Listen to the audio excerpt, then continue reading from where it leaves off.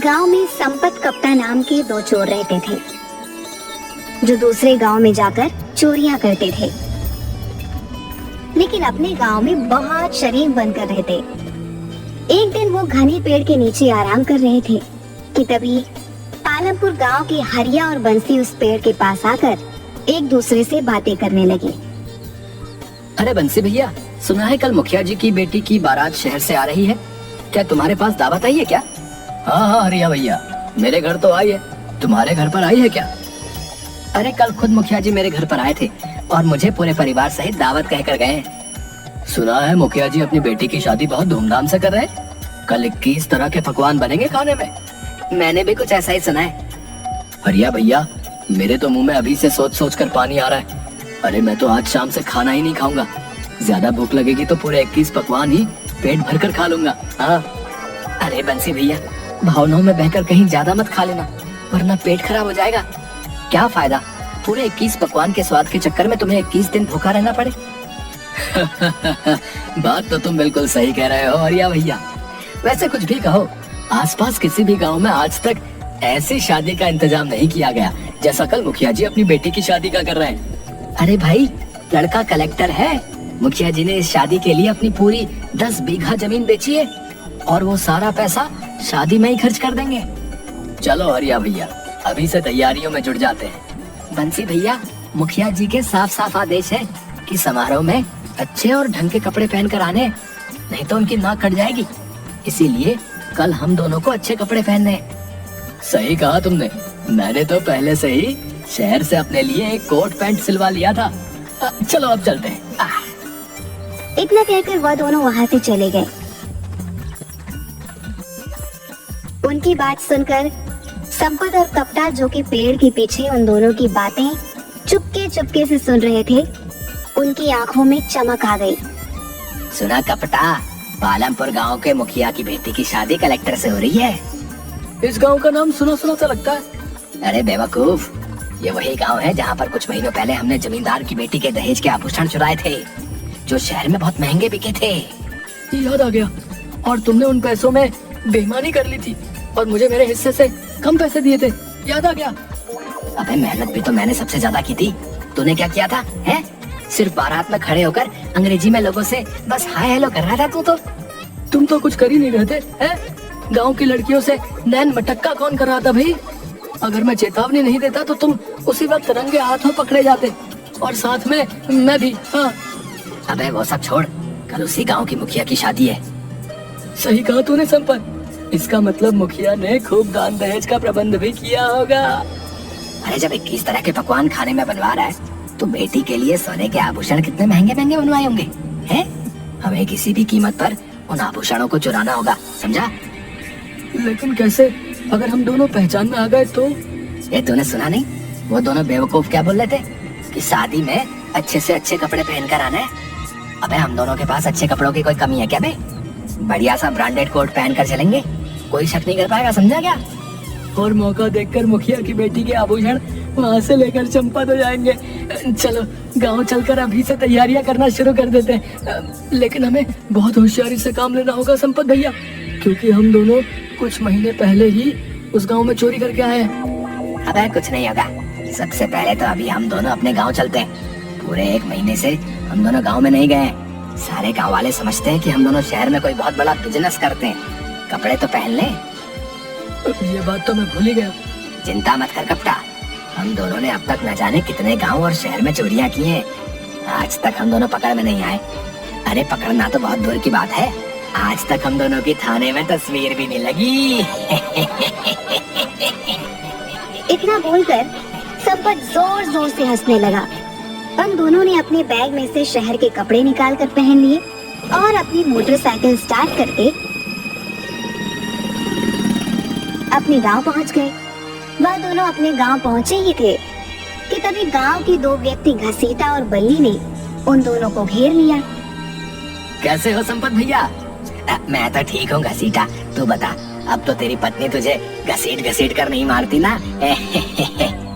तुम भी कमाल करते हो संपत भैया, तुम्हारी मजाक करने की आदत अब तक नहीं गई।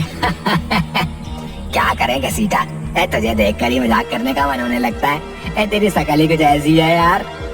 अरे वो सब छोड़ो संपत भैया, ये बताओ, मैंने सुना है कि शहर में मेट्रो रेल बहुत अच्छी बनी है। अरे बेवकूफ, वो मेट्रो रेल नहीं, वो मेट्रो होती है, मेट्रो।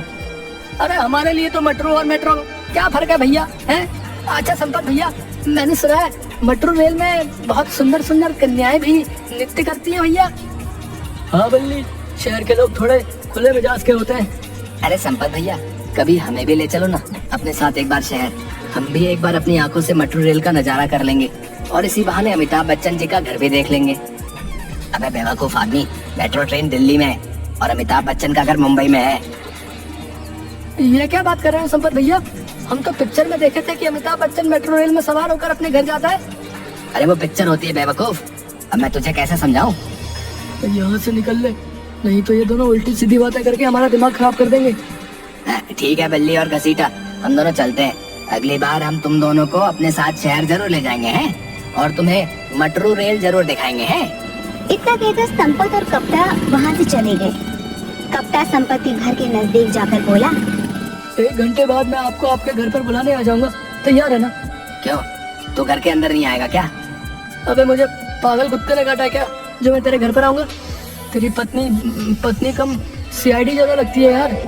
जैसे ही तेरे घर के अंदर घुसता हूँ सवालों की बौछार शुरू कर देती है।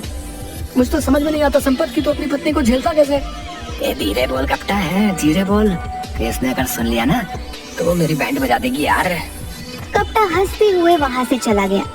संपत ने जैसे ही अपने घर के अंदर कदम रखा, उसकी बीवी कजरी ने उसे देखकर टर्राना शुरू कर दिया। आ गए कलेक्टर साहब, बहुत जल्दी याद आ गई तुम्हें अपनी पत्नी की। सही सही बताओ, 1 महीने कहाँ मुंह काला कर रहे थे तुम?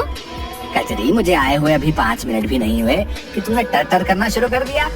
अरे इसी वजह से मैं यहाँ पर नहीं आता, बताओ।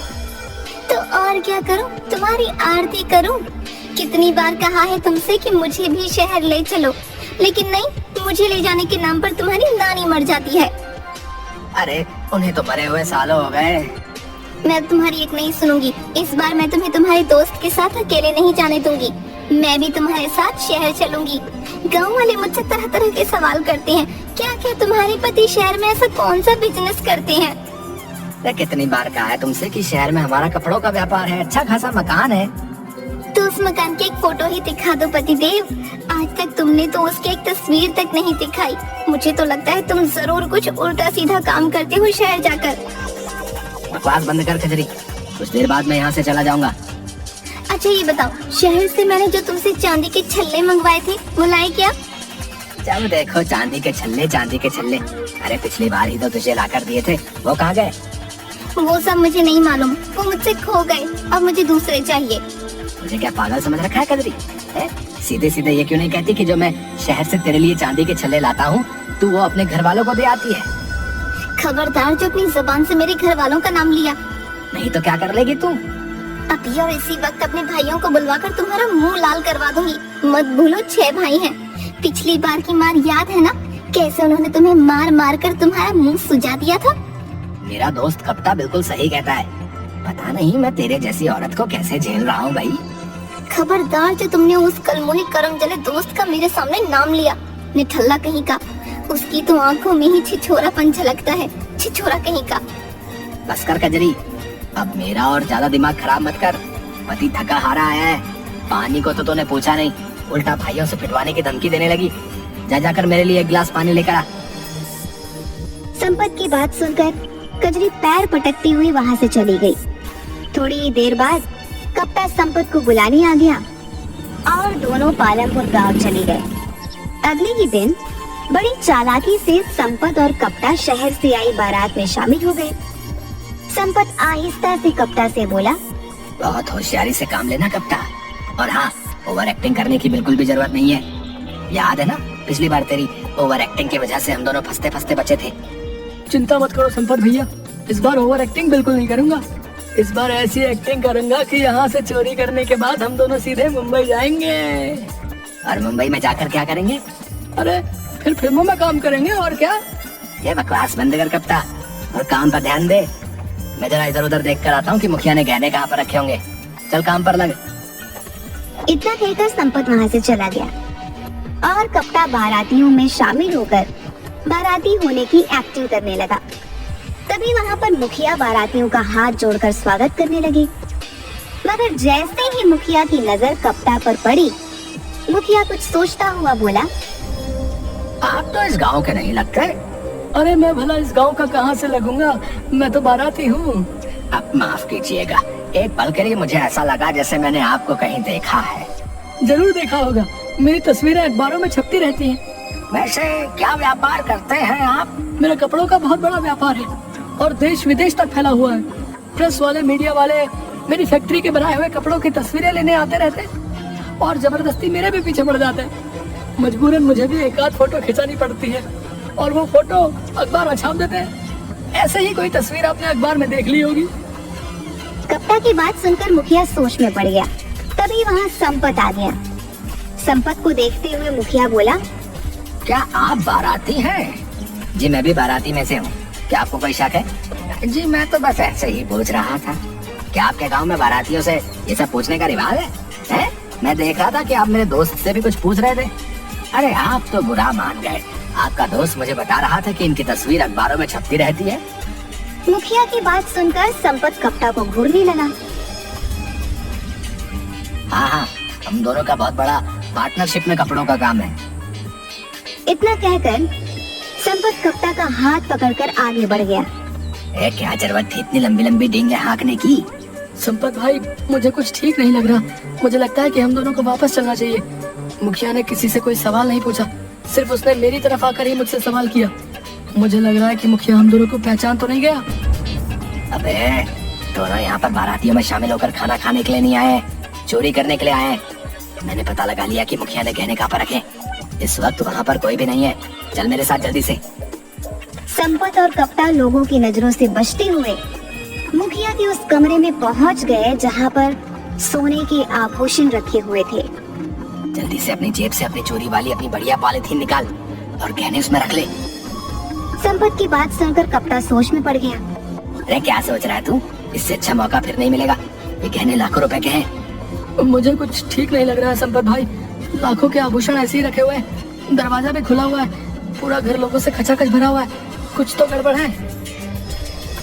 अबे बेवकूफ, गड़बड़ तेरे दिमाग में। ऐसे मौके बार बार नहीं मिला करते। जल्दी से पॉलिथीन निकाल। कप्ता ने अपनी जेब में से एक पॉलीथीन निकाल ली और देखते ही देखते मुखिया के सारे गहने उसमें भर लिए और नजर बचाकर सीधे मोटरसाइकिल पर बैठकर वह दोनों फरार हो गए। ये मोटरसाइकिल शहर की जगह अपने गांव की तरफ क्यों ले जा रहे हो? अबे रात का समय है, पहले हम लोग अपने गांव चलेंगे और सुबह ही शहर की तरफ निकल लेंगे। अभी अगर हम लोग शहर की तरफ जाएंगे तो हमें ढूंढने के लिए वो मुखिया पुलिस को जरूर शहर की ओर ही भेजेगा, समझा? कुछ ही देर में संपत अपने घर पहुंच गया। मैं आज तुम्हारे घर पर ही सोऊंगा। अबे तुझे तो अपनी भाभी से बड़ा डर लगता है। मैं सब जानता हूँ। जब तक मैं सुबह आऊंगा तब तक आधे गहने तुम पार कर लोगे। अब मैं भरोसा नहीं कर सकता। हाँ, इससे आधा आधा होगा। अबे जब चोरी कर रहे थे तब तो बड़ा दयावान बन रहा था, हैं? और जब चोरी करने में कामयाब हो गए तो अचानक तुझे तेरा हिस्सा याद आ गया है बे? तू कभी नहीं सुधरेगा। चल ठीक है, आजा चल। संपत की पत्नी कजरी जाग रही थी। संपत और कप्ता को देखते ही बोली, आ गई? तुम तो कह रहे थे कि तुम कुछ दिनों बाद आओगे और ये तुम्हारे हाथ में क्या है? ये कितनी बार कहा है कजरी है कि ज्यादा सवाल मत किया कर। हम दोनों सुबह ही यहाँ से चले जाएंगे। संपत ने इतना कहा ही था कि तभी पूरे गांव में पुलिस के सायरन की आवाज गूंज उठी। पुलिस के सायरन की आवाज सुनकर संपत और कप्ता दोनों बुरी तरीके से घबरा गए। अरे पुलिस के सायरन की आवाज सुनकर तुम दोनों के चेहरे पर पसीना क्यों आ रहा है? तुम दोनों क्यों घबरा रहे हो? कजरी ने इतना बोला ही था कि तभी कुछ पुलिस वाले संपत के घर के अंदर घुस गए। उन पुलिस वालों के साथ लमपुर गांव का मुखिया भी था, जो संपत और कप्ता को गुस्से से देख रहा था। मुखिया ने इंस्पेक्टर की ओर देखकर कहा, गिरफ्तार कर लीजिए इन दोनों को। देखिए इनके हाथ में जो पॉलिथीन है उसी में गहने हैं। आपको ये बताने की जरूरत नहीं है मुखिया जी, हमें तो इन दोनों की लोकेशन आधे घंटे पहले ही मिल गई थी। इतना कहकर इंस्पेक्टर ने संपत के हाथ से पॉलिथीन छीन ली और हथकड़ियां लगा दी। ये सब क्या है? लगता है तुम्हें अपने पति के कारनामों के बारे में नहीं मालूम। मेरे पति बहुत बड़े व्यापारी हैं, शहर में कपड़ों का व्यापार करते हैं। ये कोई कपड़ों का व्यापार नहीं करता, बल्कि ये और इसका साथी दोनों मिलकर चोरी करते हैं। इतना कहकर मुखिया संपत और कप्ता की ओर देखकर बोला। तुम दोनों सोच रहे होगे कि आखिर मुझे कैसे पता लगा कि तुम दोनों यहाँ पर छुपे हो, हैं? चाहता तो मैं तुम्हें उसी वक्त पकड़वा सकता था जिस वक्त तुम मेरी बेटी के गहने चुरा रहे थे।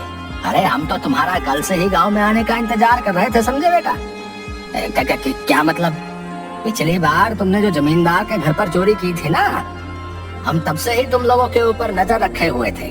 हाँ, हमें यकीन था कि तुम मेरी बेटी की शादी में जरूर आओगे, इसीलिए हमने गांव में आसपास सभी जगह ये खबर फैला दी थी कि मैं अपनी बेटी की शादी बहुत धूमधाम से कर रहा हूँ।